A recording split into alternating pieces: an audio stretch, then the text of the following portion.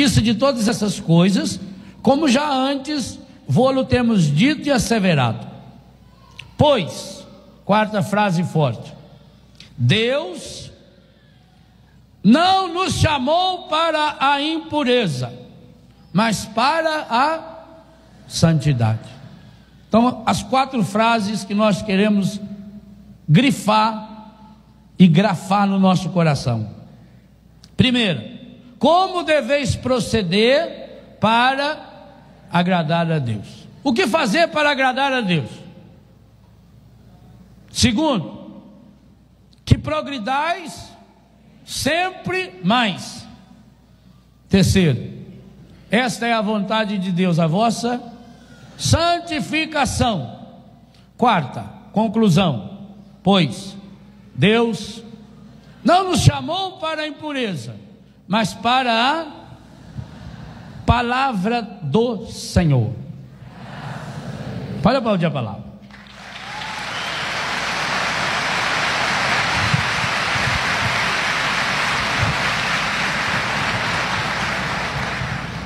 Alguns sinais nós precisamos percebê-los da forma explícita como eles se impõem a nós.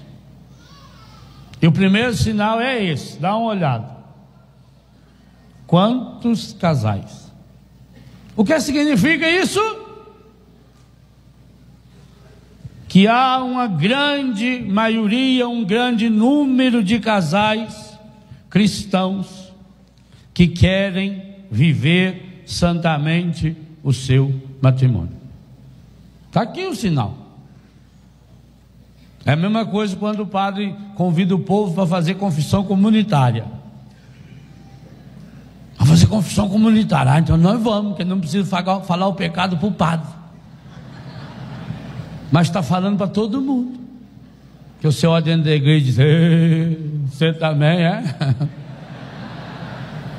A confissão auricular, você ainda podia ligar para o padre, só podia marcar uma hora assim comigo, faz igual Nicodemos, vou de noite, né? Ninguém nem fica sabendo. Qualquer coisa, se alguém vê você saindo da igreja, você fala que você foi lá consertar o negócio, foi lá fazer um favor para o padre, né? Mas quando você vai na confissão comunitária, cada um que olha você, eu sabia que você não valia nada, sem vergonha.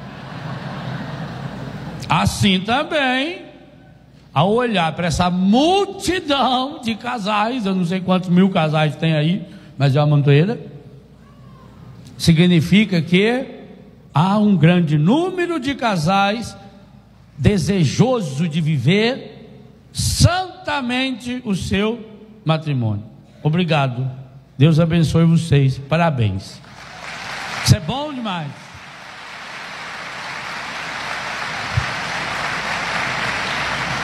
Segunda coisa, qual é a grande importância dessa carta de Paulo aos Tessalonicenses? Essa é a primeira carta de Paulo, portanto, o primeiro texto escrito do Novo Testamento. Esse texto foi escrito no ano 50, fazia só 20 anos que Jesus tinha ressuscitado. A igreja era ainda uma criança.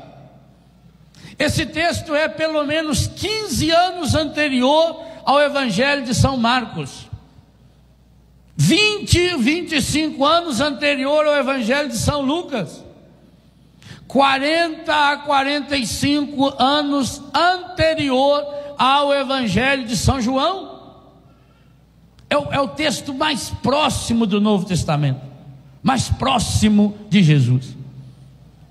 E se esse texto tão próximo, portanto, as pessoas que ouviram, as pessoas que leram, muitas, a grande maioria delas, conviveram com Jesus, conheceram Jesus pessoalmente, ouviram Jesus, descobriram no texto aquilo que Jesus falava, conversando com eles, convivendo com eles.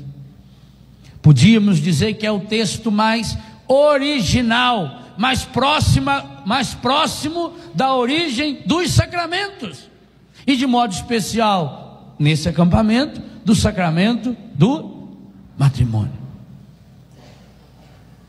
Meus irmãos, Por que será que o demônio, o encardido, tem tanta raiva de vocês? Esses dias eu vi uma cena na minha casa, deram um cachorro lá para um menino nosso, um Weimaraner, baita de um bitelo assim, um bicho cinza. Eu estava descendo a ladeirinha lá e ele pegou o meu cachorrinho principal, chuvisco, ele juntou no pescoço do chuvisco. Eu grudei na orelha daquele medonho, eu dava porrada na boca dele e ele não largava. Que coisa impressionante. O bicho regala, o cachorro brabo é terrível. O bicho regala o olho, você dá na cara dele, mas dá. Se eu tivesse um revólver, e ele não largava. Pois hoje, amanhã, o encardido vai estar assim no seu pé e no seu pescoço. Nós vamos ter que dar muita porrada na cara dele. Claro que o Weimaraner já desapareceu lá de casa. Vai mexer com o progenitor nosso? Ora! E é isso que nós vamos ter que fazer com esse bichinho também. Porque quando ele gruda, você dá na cara, quanto mais você dá na cara dele, a raiva que ele vai ficando, ele vai travando o dente assim e não solta. Fez um buraco desse tamanho no pescoço do rapazinho. O rapazinho chorava, ele virava, parecia que ele estava com raiva de mim. Falei, filha da mãe. Na hora eu falei outra coisa, mas aqui não posso falar. Apanhou e foi embora. Pois eu digo a você, hoje o encardido está assim. Por que ele tem tanta raiva do sacramento do matrimônio? Por isso, meus irmãos, a igreja poderia ter inventado todos os outros sacramentos. A igreja poderia ter inventado por conta própria o sacramento do batismo, um sacramento bonito, é para criança. Todo mundo se comove com uma criança. A igreja poderia ter inventado o sacramento do crisma, até para ter um contato pessoal com o bispo. A igreja poderia ter inventado, obviamente, o sacramento da ordem, que seria uma forma até política e social de organizar e se manter no mundo. A igreja poderia ter inventado o sacramento da Eucaristia. Olha que sacramento bonito, que comove a gente, que mexe com a nossa espiritualidade mais profunda, que nos fala o tempo todo de santidade, da confissão, a reconciliação, um sacramento de cura. A igreja poderia ter inventado a unção dos enfermos, um sacramento de solidariedade profunda, mas, humanamente falando, jamais a igreja inventaria o sacramento do matrimônio. Jamais. Já começa o primeiro questionamento aí, sério, que nós vamos tentar descobrir hoje e amanhã. Por que a igreja chegou a essa certeza? Por que a palavra nos dá essa certeza? E por que o encardido tem tantas raivas? E tudo que ele faz em todos os níveis possíveis para destruir o matrimônio? Porque destruir o matrimônio é destruir o sacramento, e eu diria um sacramento que é originário de tantos outros sacramentos, dos demais sacramentos todos até. Então a primeira pergunta é essa: como é que a igreja católica, tendo os seus ministros ordenados celibatário, é a única em que o matrimônio é sacramento? O que é sacramento? A própria palavra já diz, sacramento é algo sagrado. Mas não é só algo sagrado que lembra o sagrado. Aquela imagem é uma imagem sagrada, a gente olha para ela, a gente lembra de Jesus. E é uma imagem abençoada. Aquela imagem de Nossa Senhora é sagrada, inclusive veio de Fátima, foi abençoada. Há muitas pessoas que têm um crucifixo, que têm um anel, que têm um terço, que foi abençoado pelo Santo Padre e o Papa. É sagrado, mas não é sacramento. Porque algo pode ser sagrado, lembra o sagrado, mas sacramento significa que, além de lembrar o sagrado, é algo que contém o sagrado, é algo que é sagrado. Isso fica muito bonito de se ver na Eucaristia, como hoje à noite o diácono entrará com o Santíssimo Sacramento e nós adoramos solenemente. Não é muito difícil para nós cristãos católicos perceber no momento de adoração, no momento da consagração, que a Eucaristia contém o corpo, sangue, alma e divindade de nosso Senhor Jesus Cristo, como o próprio anjo de Portugal fez os pastorinhos adorarem. Mas quando nós falamos que o matrimônio contém o sagrado, aí começam as dúvidas, aí começam os questionamentos, e um problema muito sério: a grande maioria dos casais cristãos até hoje não fizeram ainda uma experiência do matrimônio como sacramento, nem na teologia, nem na teoria, muito menos na prática. Porque falar que o matrimônio é sacramento é falar que ele lembra o sagrado, que ele é sinal do sagrado, que ele é um caminho para o sagrado, mas é afirmar que ele contém o sagrado. Ou seja, do mesmo jeito que se eu toco na Eucaristia, eu estou tocando no corpo, sangue, alma e divindade de nosso Senhor Jesus Cristo, ao tocar num casal cristão que se uniu pelo sacramento do matrimônio, eu estou tocando no corpo, sangue, alma e divindade de nosso Senhor Jesus Cristo.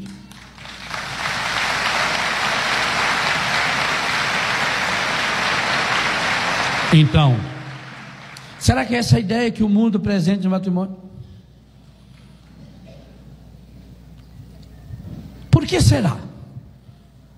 Por que será que a Igreja Católica, sendo a única igreja com seus ministros ordenados celibatários, tem o matrimônio como sacramento?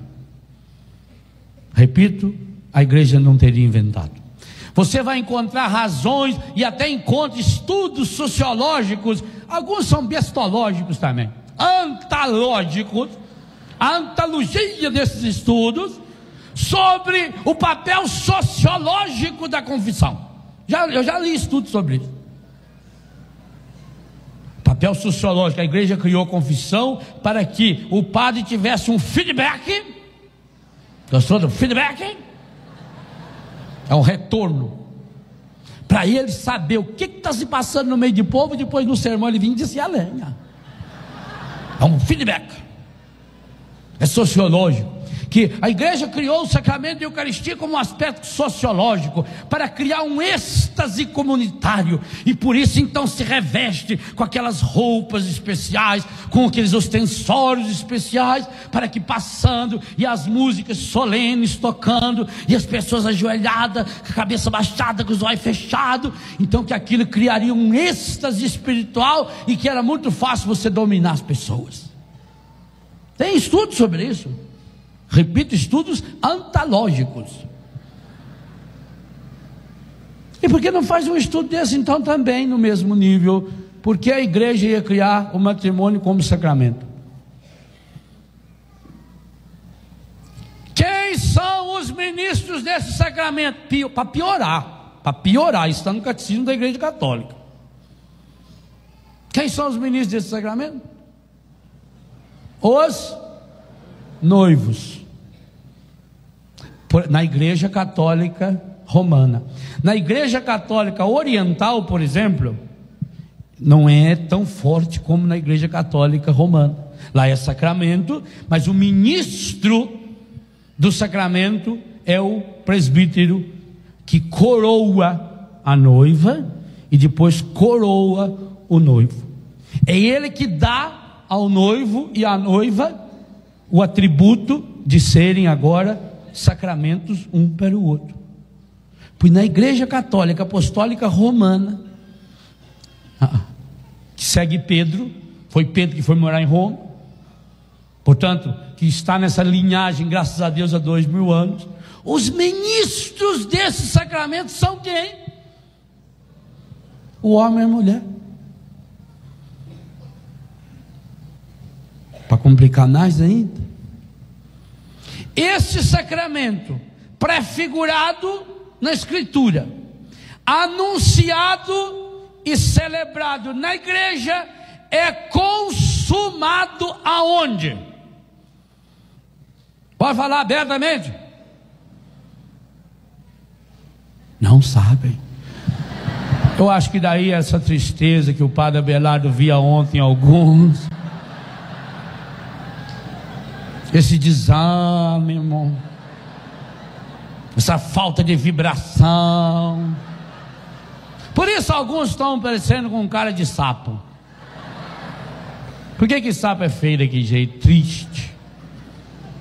Porque um grupo de sapos mais feio, a sapa vem, coloca lá no corgo os óvulos, aquela tripa branca assim, transparente, vai embora. Depois vem o sapo, desanimado,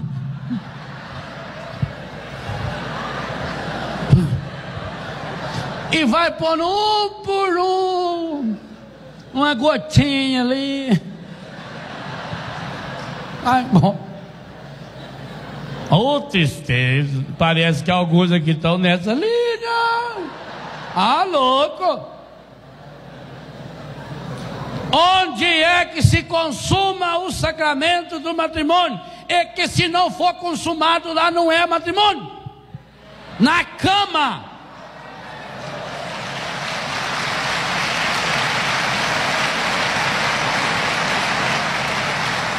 Na cama. Tanto isso é verdade que, suponha que no próximo Congresso Internacional da Família, Sua Santidade o Papa convide 10 ou 15 casais, representando as igrejas do mundo inteiro, para que se casem nesse congresso. Vocês imaginam um casamento, sacramento do matrimônio, portanto, presidido por Sua Santidade o Papa, com a presença aí de uns 300, 400, 500 bispos e cardeais e mais 2, 3 mil padres, que é mais ou menos a média que dá nesses congressos, transmitido pela televisão do mundo inteiro. Imagine que coisa maravilhosa. Seria lindo?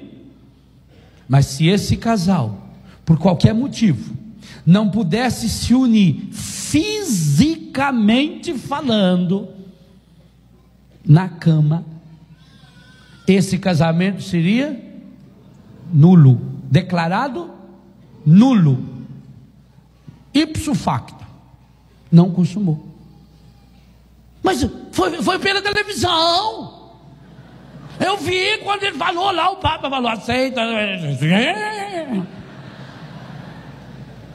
Aí você, alguém tem algum motivo contra? Você não vale seu noivo, rapaz, você não serve, não. Alguém sabe de algo que possa impedir esse matrimônio? Falou, eu sei, porque não fala. É porque se eu falar, eu que tenho que estar lá. Não. Quem você?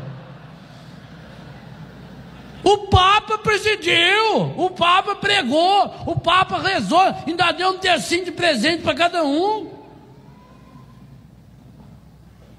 Isso é doutrina, teologia da igreja, a sua igreja católica. Gente, alguma coisa deve estar errada ou não? E quando nós falamos na cama, nós estamos dizendo que precisa acontecer, e o catecismo da igreja deixa isso bem claro, e o código do direito canônico deixa isso mais claro ainda, precisa acontecer uma relação sexual de modo humano. O que significa de modo humano? Precisa acontecer um encontro físico, íntimo, sem nenhuma espécie de obstáculo. Portanto, imagine, por exemplo, se um casal tivesse as primeiras relações ou as suas relações sexuais genitais usando um preservativo. Houve penetração, houve rompimento do ímen, mas não houve relação sexual, e esse casamento não é consumado. Porque é carne na carne, é encontro de carne na carne, é estrutural. Adão olha para Eva e fala: ossos dos meus ossos. Ossos significa a minha estrutura, o que me segura, carne da minha carne. Agora para aí, então, quer dizer que nós estamos, Padre Léo, o senhor não bebia hoje, tomei café com o Padre João. Quer dizer que está afirmando aqui, diante de não sei quantos mil casais e mais milhares de outros para o Brasil e para o mundo, que do mesmo jeito que a hóstia contém o corpo, sangue, alma e divindade de nosso Senhor Jesus Cristo, um homem e uma mulher unindo-se sexualmente falando, contém também o corpo, sangue, alma e divindade de nosso Senhor Jesus Cristo. Muito bem, isso mesmo que eu estou falando. É assim que vocês aprenderam o sacramento do matrimônio? Então, a primeira coisa a recuperar dentro da igreja católica, e isso não sou eu, padre, eu posso estudar, mas vocês, casais, e por isso a pastoral familiar, o movimento de casal, dentro da renovação, os casais que se unem à secretaria, que liga os casais, a Ágape e outras, precisam com urgência, urgentíssima, redescobrir a teologia do sacramento do matrimônio. Mas para chegar nisso, passa por uma teologia do corpo humano. E aqui nós esbarramos num problema seríssimo. Como chamam os órgãos com os quais os casais se unem no sacramento do matrimônio? Órgãos genitais. Lembra qual livro da Bíblia? Está vendo? É isso que você lembra quando você vê falar em órgãos sexuais masculino e feminino? É isso que a televisão fala no Gênesis. Genitais tem a ver com Gênesis. Do mesmo jeito que o homem e a mulher criados em imagem e semelhança. Semelhança tem a ver com sêmen, com semente.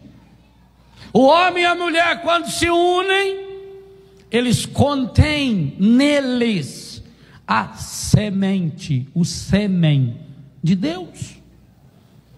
A Bíblia católica não tem medo de colocar o matrimônio na primeira e na última página. A Bíblia católica se abre na primeira página, capítulo 1, versículo 26 e 27. Então, quer dizer, depois de tudo pronto, Deus disse: façamos o homem e a mulher a nossa imagem, segundo a nossa semelhança. E a Bíblia fecha suas páginas no Apocalipse 22, versículo 17: o Espírito e a esposa dizem: vem. O capítulo 21 do Apocalipse, o 19, ao falar dos novos céus e da nova terra, fala das núpcias do Cordeiro.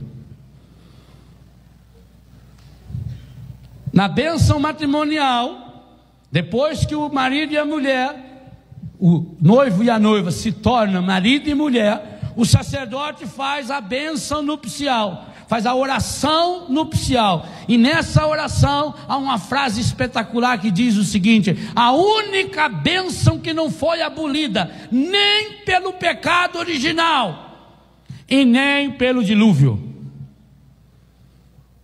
Ou seja, é preciso tirar da cabeça e do coração de que há uma associação, que fizeram essa associação, e quem fez foi o encardido, não foi a igreja.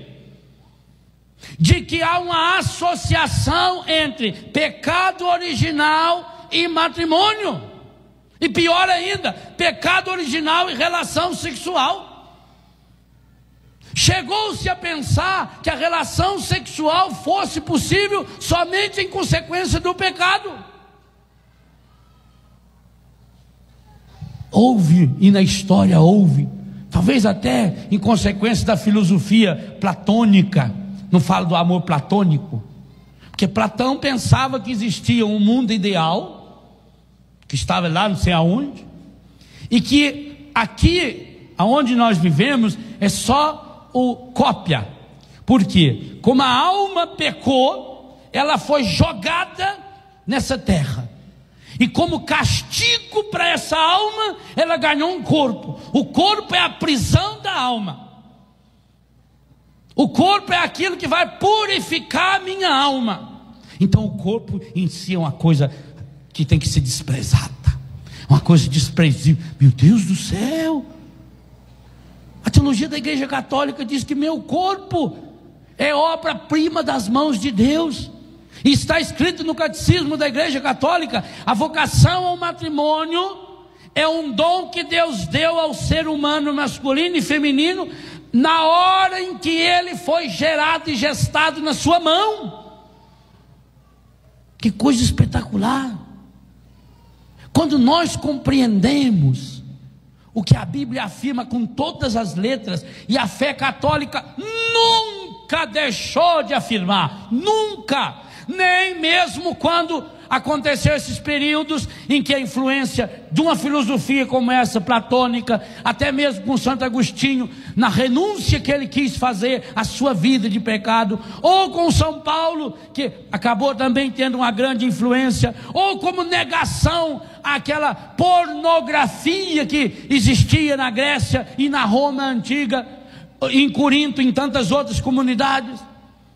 Nem aí, nem São Paulo pode ser acusado de muita coisa, mas São Paulo deixa muito claro a santidade, a legitimidade da união carnal como instrumento que contém o próprio Deus. E isso basta você ler com calma 1 Coríntios capítulo 7, quando ele vai falar da castidade consagrada, do celibato por causa do reino, quando ele vai falar da união física, a ponto de Paulo dizer no capítulo 7 da 1 Coríntios, que o casal não pode ficar sem se relacionar intimamente, a não ser por pouco tempo de comum acordo, se for para a oração. Isso aí hoje tem muitos maridos usando esse texto bíblico. Ele chega em casa do serviço, vai direto na Bíblia, abre lá em 1 Coríntios 7, deixa a Bíblia aberta. Aí a mulher entra no quarto, muito católica: o Senhor está me dizendo. Aí só se for para oração, então. Mas tem mulher que conhece a Bíblia também, ela abre lá em 1 Tessalonicenses 5,16: orai sem cessar. Se é para oração, ore sem cessar. Nem São Paulo. São Tomás de Aquino afirma o seguinte: porque houve uma época em que a filosofia cristã perguntava: Adão e Eva tiveram ou não tiveram relações sexuais no paraíso? Veja que assunto importantíssimo, de uma seriedade absurda. Fizeram ou não fizeram o serviço? Houve ou não houve? São Tomás de Aquino escreve, Santo Tomás de Aquino, o doutor angélico, o homem que escreveu, tem uns 20 livros nessa grossura, desse tamanho assim. Só para você carregar os livros dele, você precisa de uma mala, aquela grande roda. A suma teológica. Não é sômica teologia, né? É suma, quer dizer, o ápice da teologia. São Tomás escreve assim: bom, se tiveram ou não tiveram, biblicamente falando, é muito difícil de afirmar. Se não tiveram, diz Santo Tomás, foi pura e simplesmente por falta de tempo. E se tiveram, ou se tivesse a possibilidade e o tempo, seria a mais bela, a mais perfeita e a mais prazerosa de todas as relações que o ser humano jamais poderia sonhar existir, porque seria no próprio paraíso, no encontro com Deus. Isso afirma Santo Tomás de Aquino. Então nós precisamos, na teologia da sexualidade, na teologia do matrimônio, nós precisamos recuperar isso que é a doutrina da igreja, isso que é o cerne da igreja, Isso que é a verdade revelada. E na segunda carta de São Paulo aos Tessalonicenses, ele vai dizer: as pessoas se perdem por falta de amor à verdade que poderia ter salvado. Então, mesmo nessa época em que o mundo tinha outro contexto, em que as situações culturais eram outras, em que não havia o diálogo, e que até mesmo a igreja ainda não tinha conhecimento de muitas áreas, que a ciência humana vai evoluindo com o tempo, nem aí houve negação daquilo que é a essência do sacramento do matrimônio. Nós não podemos olhar, meus irmãos, o matrimônio como se fosse uma vocação inferior. Não, a vocação, eu queria que meu filho fosse padre, queria que a minha filha fosse freira. A vocação minha e sua tem que ser uma só. A nossa vocação é ser santo. Essa é a vontade de Deus, a vossa santificação. E é muito boa essa tradução da Ave Maria, porque santificação significa ação de santificar. Significa que a santidade é algo dinâmico e não algo estático e parado. Aí o sacramento do matrimônio vai nos afirmar uma coisa: que a santidade, atributo de Deus, que o ser humano é chamado a participar, é para se realizar e acontecer no mundo. Então não é apesar do matrimônio, mas é através do matrimônio. Olha a diferença. O casal não se santifica apesar de que tenham relações sexuais. O casal se santifica através das relações sexuais.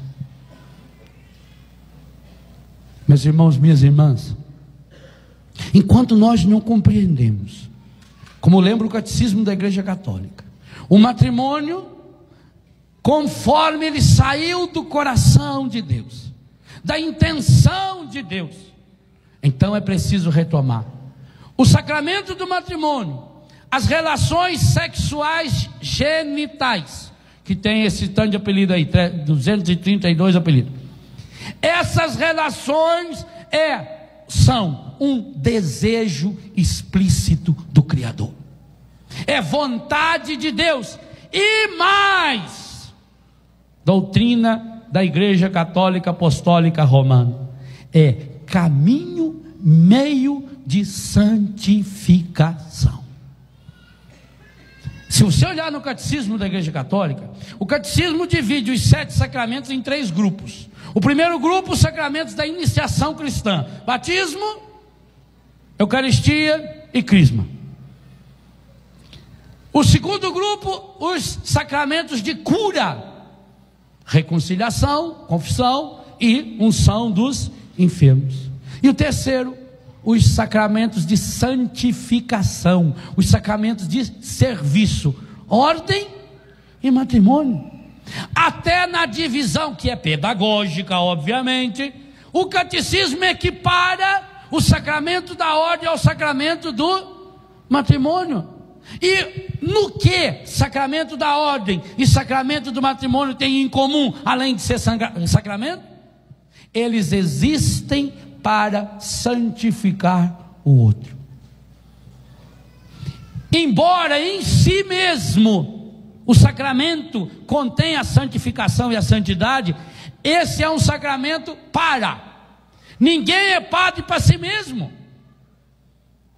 Aí como é difícil pensar isso então no sacramento do matrimônio. Até não é difícil você pensar na vocação sacerdotal, principalmente de alguns padres que a gente conhece, que gastam a vida pelo amor do povo de Deus, que vivem para santificar o seu povo, que prega, que reza, que luta, que trabalha, que você vê que são padres que não param, que chega aos 58 anos de padre com o mesmo entusiasmo. A gente olha e fala, que maravilha. Até não é muito difícil ver a santificação, a ação de santificar do João Paulo II, que chega aos 83 anos de idade e viajando o mundo, pregando, anunciando e levando Deus para as pessoas. Mas é preciso começar a ver, e isso está no catecismo da sua igreja, isso é doutrina da sua igreja, que a ação sua de marido e a ação sua de esposa, de mulher no Senhor, e essa é a grande diferença, e aí é sacramento do matrimônio, é também uma ação santificadora. A primeira pessoa que você é chamado a santificar é seu marido. A primeira pessoa que você, marido, é chamado a santificar é a sua esposa. Depois, marido e mulher juntos, se santificando um ao outro.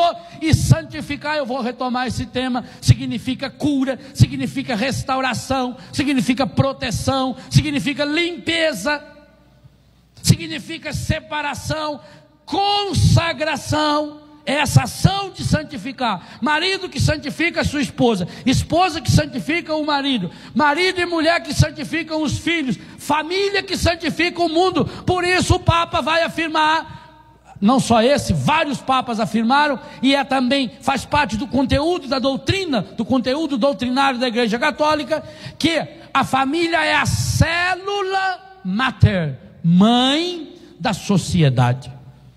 Por isso perceba por que é importante para o encardido tocar ali na família, porque se ele toca na célula mãe, se ele consegue degenerar, se ele consegue estragar, se ele consegue apodrecer, se ele consegue colocar uma sementinha de pecado ali dentro, e com algo muito pior.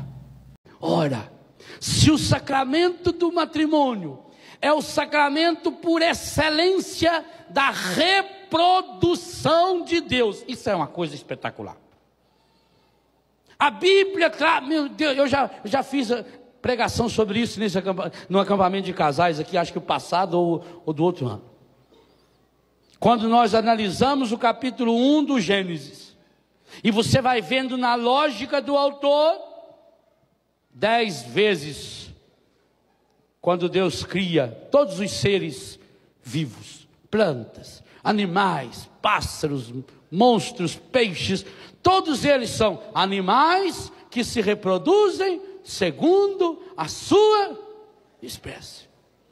E quando chega na hora do homem e da mulher, o autor muda o refrão. Homem e mulher não se reproduzem segundo a sua espécie. Homem e mulher, imagem. Então o homem e a mulher não se reproduz.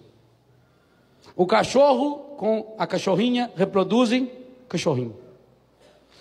A vaca e o boi reproduzem um bezerro.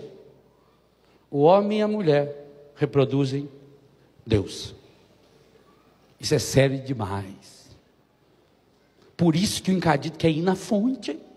E não reproduzem Deus só quando tem um filho, porque, e também aí é fabuloso, gente. Catecismo da Igreja Católica, Código do Direito Canônico, Compêndio do Vaticano II, em todos os documentos oficiais da Igreja, o primeiro atributo do matrimônio cristão é unitivo. O segundo caráter é procriativo, na ordem que aparece em todos eles. Ou seja, a primeira função pela qual um homem e uma mulher são chamados por Deus para essa vocação é chamado, é unitivo, é físico, é psíquico, é afetivo, é espiritual. Por isso que Jesus retomou, quando Jesus em Mateus 19 retoma a teologia bíblica do matrimônio e eleva-o à condição de sacramento, o que Jesus falou? Por isso o homem deixará pai e mãe, a mulher deixará pai e mãe, e se unirão e formarão uma só carne. Carne, sarx, físico, psíquico, na sua fragilidade também. E aquilo que Deus uniu, o homem não separa. Ninguém pode separar. Não há a menor possibilidade dessa separação. Então nós precisamos recuperar a teologia do sacramento do matrimônio. Para recuperar essa teologia, é preciso recuperar uma teologia do corpo humano. uma visão teológica, uma visão santa, uma visão pura, uma visão bonita, uma visão do maravilhar-se de Deus que se realiza no corpo humano. Meu corpo contém Deus. São Paulo chega a um absurdo. Antes de falar das relações sexuais, no capítulo 7 da primeira carta aos Coríntios, o encerramento do capítulo 6 é um disparate teológico. 1 Coríntios 6, 19 e 20 diz, a última frase: glorificai, vírgula, pois, vírgula, a Deus no vosso corpo. Olha que palavra. O que é glorificar, gente? Glorificar é manifestar o ápice, a glória de Deus. São João vai nos lembrar isso quando Jesus lá em Betânia olha para Marta e Maria e diz: eu não disse que se vocês acreditassem de fato vocês veriam a glória de Deus? Mas é o mesmo São João que tem coragem de colocar no capítulo 2, nas bodas de Caná, manifestou a sua glória e os seus discípulos creram nele.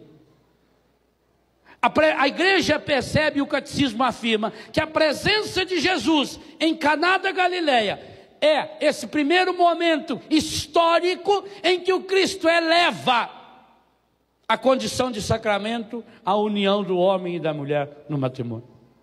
Transforma o casamento em sacramento. Isso que é o amor humano, isso que é um dom humano, essa atração que o homem tem para a mulher e a mulher tem para o homem, essa atração que foi colocada no homem e na mulher pelo próprio Deus, Jesus eleva historicamente. É o Jesus histórico em primeiro lugar, é o Jesus físico em primeiro lugar, é o Jesus com sua mãe, e o faz a pedido de sua mãe, e eleva a condição de sacramento. Se você quiser lembrar um pouco a teologia que nós trabalhamos de João 2, lembra do acampamento passado, deve ter a fita aí de gravação, as bodas de Caná. Quando as 6 talhas simbolizam o máximo que o ser humano faz, mas é preciso que chegue a Jesus o sétimo, a 7ª talha, o 7º sacramento, o sacramento que acaba sendo a mãe, porque se a família é a célula mãe da sociedade, se a família é a célula mãe da igreja, então, embora o catecismo não diz, mas por analogia nós podemos dizer, o sacramento do matrimônio é o sacramento mãe dos demais sacramentos.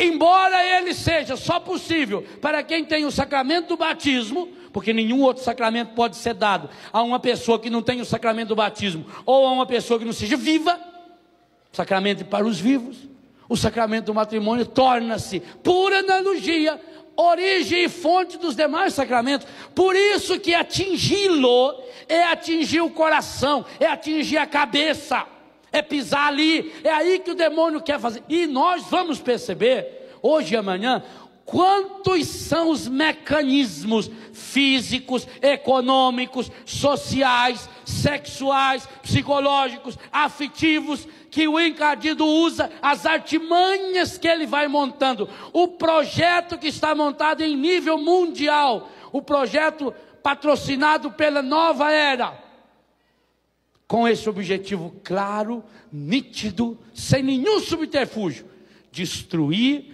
o casamento, destruir o sacramento do matrimônio, destruir a família. Portanto, eu estou dizendo a vocês, hoje o inferno está que é uma fera, está que é uma arara, e vai fazer o possível e o impossível para isso. Por quê? Porque na hora em que nós tomamos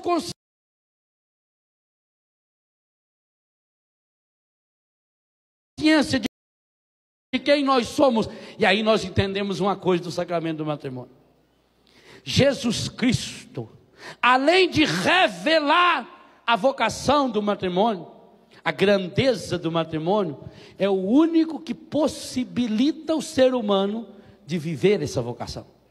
É um aspecto duplo. Por isso tem que ser marido e mulher no Senhor. E o que é que significa ser marido e mulher no Senhor?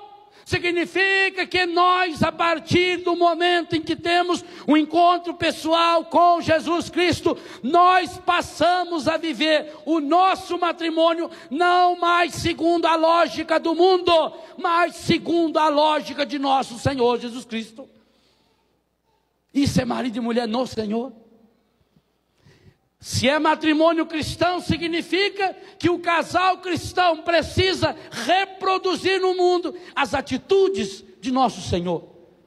E aí nós percebemos o programa de vida de Jesus que está em Lucas 4. O Espírito do Senhor repousa sobre mim, Ele me ungiu, Ele me consagrou, Ele me enviou para anunciar a boa nova aos pobres, para anunciar uma palavra que cura, que restaura, que liberta, que isso tem que ser aplicado à vocação do matrimônio. Porque o dom específico que o Cristo deu a você, no dia em que você se consagrou e se deu em sacramento do matrimônio, foi o Espírito Santo. E isso é doutrina da Igreja Católica, está no nosso catecismo. Quando o casal retoma a grandeza a grandeza da nossa vocação, quando marido e mulher começam a perceber que eu sou chamado a santificar, que a minha vocação não é inferior, que o próprio catecismo coloca como duas vocações complementares. E aliás, o catecismo deixa bem claro uma coisa: o sacramento do matrimônio não é antagônico, não é contrário à virgindade consagrada, são vocações complementares. Um não vai existir sem que compreenda a grandeza e a beleza do outro. Com um detalhe ainda: a virgindade consagrada não é sacramento. Quando um religioso faz seus votos, quando uma religiosa faz seus votos, ela não ganha um novo sacramento, ela não recebe um sacramento, ela não celebra um sacramento, porque é só uma concretização da vocação batismal. No matrimônio não. No matrimônio é sacramento, é sinal, quer dizer, torna-se um sinal do sagrado, mas que contém o sagrado. Contém o sagrado, contém Deus, é sinal de Deus, mas contém o próprio Deus, sinaliza, aponta para Deus, mas não aponta a Deus que está lá. Olha, numa comparação, o matrimônio como sinal não aponta, Deus está lá. O matrimônio como sinal aponta, Deus está aqui. Meu irmão, minha irmã, é assim que você vai ao encontro da sua esposa e do seu marido? É assim que você se oferta a Ele? E sabe por quê? Quanto tempo faz que você recebeu o sacramento do matrimônio? Hoje. A igreja nos afirma que essa graça que você recebeu lá no dia que você se casou, que ela se atualiza hoje. Hoje, quando você olhou para sua mulher, você olhou para o seu marido e disse: eu amo você. Mesmo que seja breve o existir neste mundo, o tempo de Deus é para sempre. Eu vou viver a vida eterna. Eu vou viver, o tempo de Deus é para sempre. Eu vou viver a vida eterna. Coisa boa, meu amigo, que abra a mente dessas pessoas para que elas possam descobrir que a vida vale a pena. Eu, como comunicador, como padre, eu só vou onde eu posso levar Jesus comigo.